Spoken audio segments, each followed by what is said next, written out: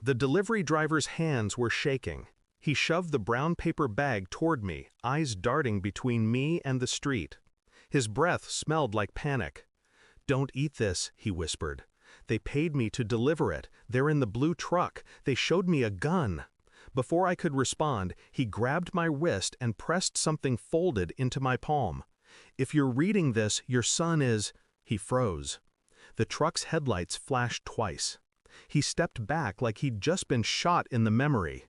Then he ran, stumbling, tripping, vanishing into the dark. The bag felt heavy. Not with food, with warning. And then I saw it. A red dot. Small, precise, glowing on my forehead. My mind didn't scream. My body didn't move. But something deep inside me, the part that had once trusted this world, snapped. I ducked behind the wall, heart silent, mind roaring. The truck didn't follow when I moved to the kitchen window. It waited, engine idling, watching. My wife appeared at the top of the stairs, sleepy, robe tied too loose. "What's going on?" Her tone was too calm, not curious, cautious. "Someone just tried to deliver us death," I said, voice flat. "Where's Ryan?" She blinked. "Sleeping." "Why?" I told her about the driver, the note, the truck. She frowned, pretending confusion, the way liars blink too much when they're calculating. "I'll check on him," I said. But she moved first, too fast. When I reached my son's room, the bed was empty. His favorite dinosaur pillow on the floor. The window half open. And there it was again, parked right across the street. The blue truck. I didn't call the police. You don't dial 911 when you suspect the person beside you is part of it. I spent the night awake, pretending to doze beside her, while my mind dissected every glance, every late text, every unexplained absence. The pieces began to fit too neatly. The trips to visit her sister, the deleted messages, the strange deposits into her account. By morning, I'd hacked into our Wi-Fi logs. Found encrypted messages from her phone to an unknown number. 3 months of quiet coordination. They spoke about removal, timing, and something she called the insurance. Every word was clean, too clean, written by someone who believed she'd erased me long before I died. I followed her the next afternoon. She drove to the edge of town, to a warehouse hidden behind a chain-link fence. The blue truck was already there.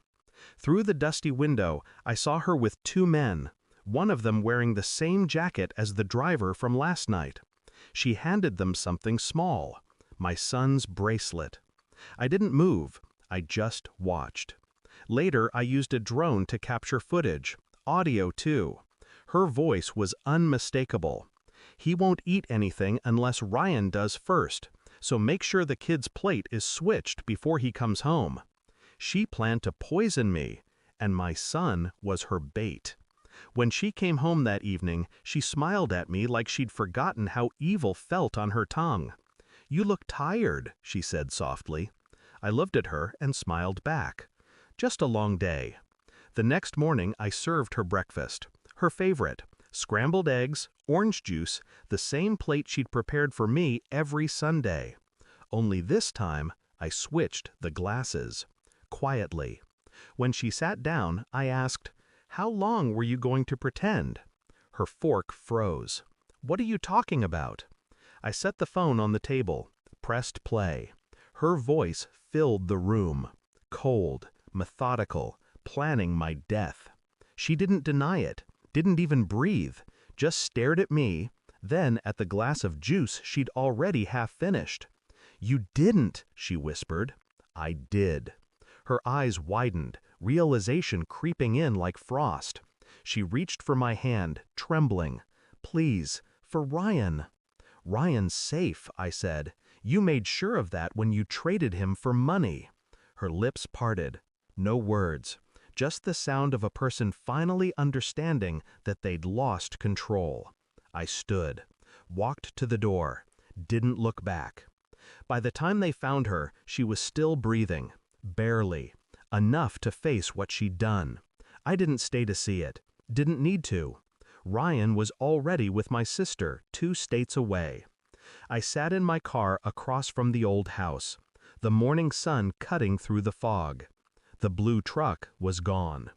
Some betrayals don't need justice, they just need silence. I started the engine, watching the light crawl across the window where she used to wave goodbye. She once told me love was trust. I finally understood. Trust is the quiet before the red dot appears. And I never plan to stand still again. Thanks for watching.